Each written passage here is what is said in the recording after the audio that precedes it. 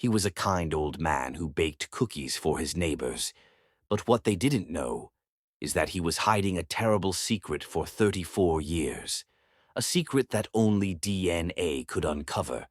In 1991, a woman named Julia Wilbanks was found murdered in her home in Florida. She was a single mother, loved by her community, and no one knew who could hurt her. The case went cold until 2025, when new science helped police find her killer, Gene Stuller, a 72-year-old man living a quiet life just down the road. This is the chilling story of how a friendly neighbor turned out to be a hidden murderer, and how technology finally caught up with the truth. Julia Wilbanks was a kind woman. She lived in a quiet neighborhood in Florida with her young daughter. Julia was always smiling. She worked hard, helped her neighbors, and loved her little girl more than anything. One sunny afternoon in 1991, Julia didn't show up for work. That was strange. She always came to work on time. Her boss tried calling, but no one picked up. Then her neighbor noticed something odd. Julia's front door was open. The neighbor knocked. No answer. She called the police. When the police came, they stepped into the small house. Everything was quiet. Then they saw something no one should ever see. Julia was lying on the floor. She was not moving. She had been hurt very badly. The police counted 17 stab wounds. 17 times someone had stabbed her. It was clear. This was not an accident. Someone had wanted to hurt her. Julia's daughter was not in the house. She had been at a friend's home for a sleepover. That might have saved her life. Police quickly made the house a crime scene. They put up yellow tape. They looked for fingerprints. They searched for a weapon. They asked neighbors questions. But the answers didn't come. People were scared. Who could have done this? Why Julia? She had no enemies. She was gentle, quiet, and loved by everyone. The police collected DNA from the crime scene, some blood and hair. But in 1991, DNA tests were very basic. They couldn't tell much from it. The technology just wasn't there yet. So even with the evidence, they couldn't find a match. No fingerprints, no witnesses, no suspects. Julia's family was heartbroken. Her little girl cried every night asking why her mommy was gone. And so the case was put into a box and labeled cold case. That meant the police didn't have enough clues to solve it.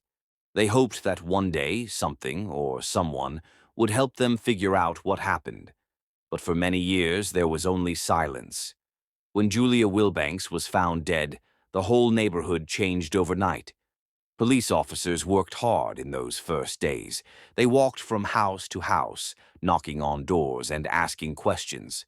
"Did you see anything strange?" they asked. "Did you hear anything unusual?" But most people had no answers. Some had seen Julia the day before, smiling as usual. Others had seen nothing at all. Detectives looked at everyone in Julia's life, friends, co-workers, neighbors. They talked to her family and even checked if she had any old boyfriends. But no one stood out. No one had a reason to hurt her, and no one saw anything suspicious. At the crime scene, they had a few small clues. There were drops of blood that didn't belong to Julia.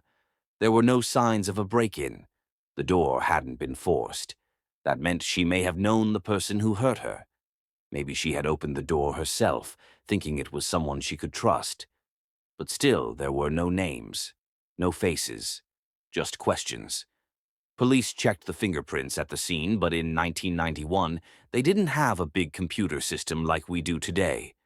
If someone's fingerprint wasn't already in the police files, it was almost impossible to match. The same went for DNA. It wasn't like it is now, where you can search huge databases in seconds. Back then, DNA testing was slow and couldn't tell you much unless you already had a suspect to compare it to.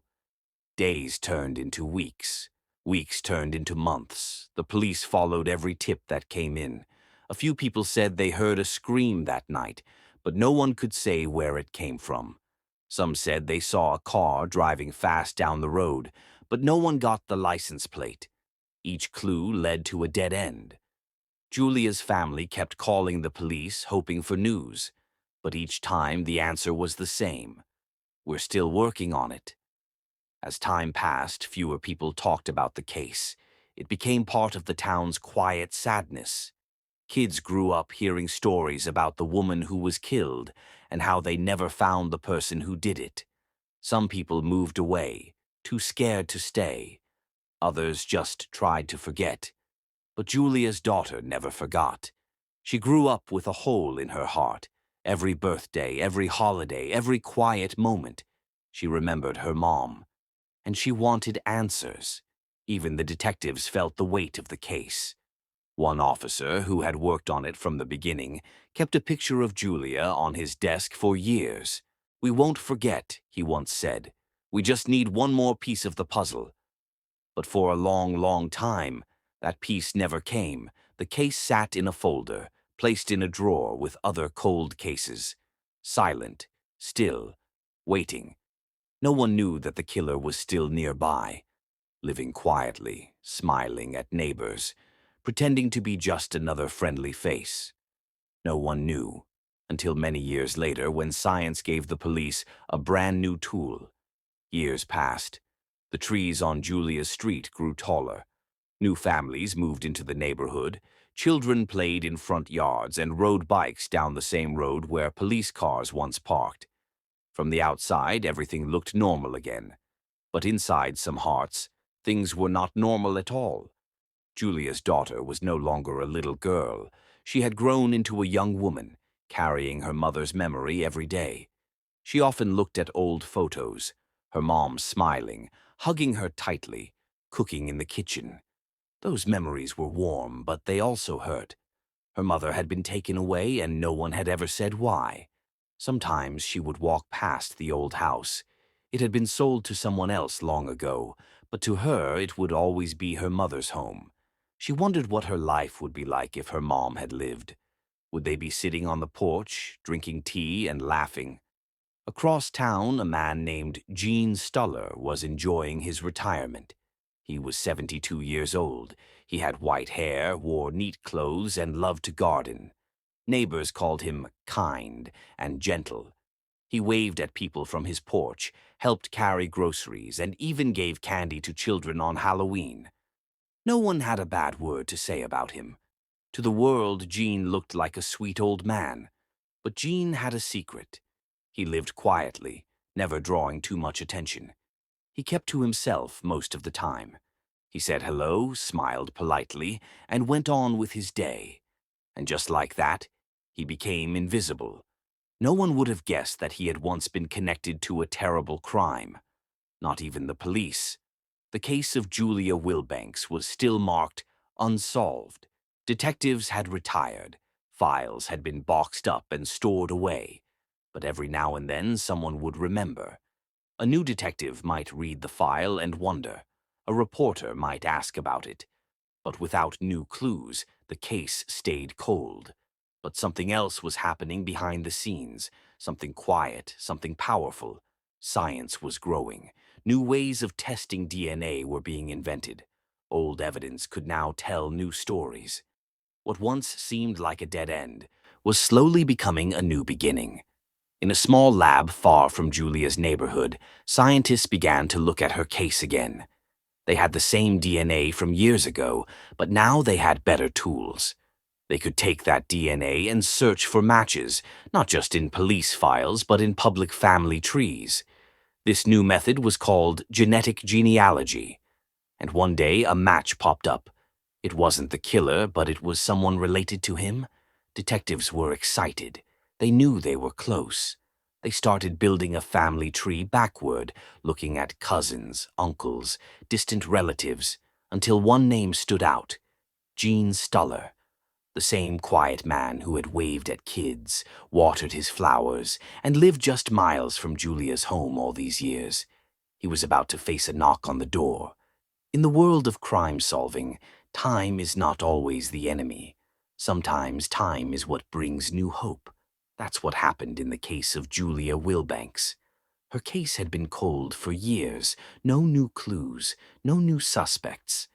But deep in a quiet lab, far from the neighborhood where she lived and died, something amazing was happening. Scientists were using a tool called genetic genealogy. It sounds like a big word, but here's what it means. Imagine your body has a secret code, something that makes you, you. That code is called DNA. You get it from your parents, and they got it from their parents, and so on. That means your DNA is like a family fingerprint. Even if you never met your cousin, your DNA can still show that you're related. Back in 1991, the police had found a few drops of blood at Julia's crime scene. It wasn't hers. It was the killer's. They had saved that sample for all these years. Now, with new technology, scientists could use that old blood to search for a match. They didn't look in police records this time. Instead, they looked in public DNA databases, places where people send their DNA to learn about their family history. These places aren't made for solving crimes, but sometimes they help. That's when they found something special. The DNA from the crime scene didn't match any one person, but it did match several distant relatives, people who had never done anything wrong, but who happened to share the same family tree as the killer. It was like finding pieces of a puzzle. Using those pieces, detectives worked backwards. They built a giant family tree, cousins, aunts, great-grandparents. They followed the branches down and down until only one person stood out. He lived not too far from where the crime happened. He was the right age. And when they looked at his past, they found things that made them pause. He had never been arrested for anything serious, so his DNA was never in the police system. That's why they hadn't found him before. But now they had a reason to take a closer look. Detectives started watching Gene. They didn't want him to know. They followed him to the store. They watched him rake leaves. They waited patiently for something he would leave behind. And then he threw away a coffee cup. That was all they needed. The detectives took the cup and sent it to the lab. They tested the DNA on the rim, the part he drank from, and compared it to the blood from the crime scene. It was a perfect match. After more than 30 years, they had found the man who took Julia's life. It was a quiet morning in Florida. The sun peeked over the trees, birds chirped gently, and Gene Stuller sat on his porch, sipping coffee from a fresh mug. To anyone passing by, he looked like any regular old man enjoying his peaceful life. But this morning was different. Across the street, parked just out of sight, were two unmarked police cars. Inside them sat detectives who had spent months building a case, patiently, carefully, and silently. Today, they were ready. They stepped out of the car and walked up Gene's driveway, calm, steady, focused. Gene looked up, surprised to see two strangers in suits. "Can I help you?" he asked politely. "Mr. Stuller?" one detective asked. "Yes, that's me," he replied with a smile. "We're detectives with the cold case unit. We'd like to ask you a few questions." Gene blinked. His smile faded just a little. "About what?" he asked, his voice quiet. "It's about Julia Wilbanks," the detective said. "Do you remember her?" Gene froze for just a second. Then he tried to laugh it off. "That was a long time ago, wasn't it? I think I heard something about that on the news." But the detectives weren't smiling. "We'd like you to come with us, Mr. Stuller," one said. "We have some questions, and we need to collect a DNA sample." Gene's face changed. Not all at once. Just a twitch in his jaw, a flicker in his eyes. For a man who had hidden the truth for over 30 years, this was the moment his lies came face to face with justice. "Is this some kind of joke?" he asked, standing slowly. "It's not," the detective replied. "We know it was you. Your DNA matches the blood at the crime scene." Silence. Gene didn't speak. He didn't run. He just stood there, shoulders dropping like a man carrying a weight too heavy to hold any more. They placed handcuffs around his wrists. The neighbors peeked from behind curtains and fences, shocked. Some stepped outside. "Gene?" one man asked, confused. "What's going on?" "He's being arrested for murder," one officer answered. Gasps, whispers. Gene Stuller, the kind man who watered his lawn, helped with groceries, and waved at children, was being taken away for a crime no one ever imagined. At the police station, Gene sat quietly in the interview room. His hands were folded, and his eyes stared down at the table. A detective slid a photo of Julia across to him. She was 24 years old, a mother. She deserved to live. Gene didn't speak at first. Then, in a low, slow voice, he said, "It wasn't supposed to happen like that." And for the first time in 33 years, there was a whisper of truth. The courtroom was quiet. Not the kind of quiet that feels peaceful, but the kind that feels like holding your breath for too long. People sat with their hands folded tightly in their laps. Some had tissues, some had tears already falling. Cameras clicked, reporters scribbled notes. The name Gene Stuller was now on every news channel. The man who had once seemed kind and gentle now wore an orange prison jumpsuit. He walked into the courtroom with his head low, eyes not meeting anyone's. The judge looked at him firmly. "Mr. Stuller, you are being charged with the 1991 murder of Julia Wilbanks. How do you plead?" Gene swallowed hard. "Guilty," he said quietly. The room gasped. Julia's daughter was sitting in the front row. She was grown now, with strength in her eyes and sorrow in her heart. She held a small photo of her mother in her hands, a photo where Julia smiled wide, holding her as a baby. When the judge gave her a chance to speak, she stood up slowly. "My mother was kind. She was young. She loved to laugh, and she worked hard to raise me all on her own," she began. Her voice was clear, though it trembled. "When she died, I lost everything. I didn't understand why. For years I asked myself, did she suffer? Did she cry for help? Who did this to her?" She turned and looked straight at Gene. "You lived your life. You laughed, you aged. You got to be free. But she didn't. She never got to see me grow up.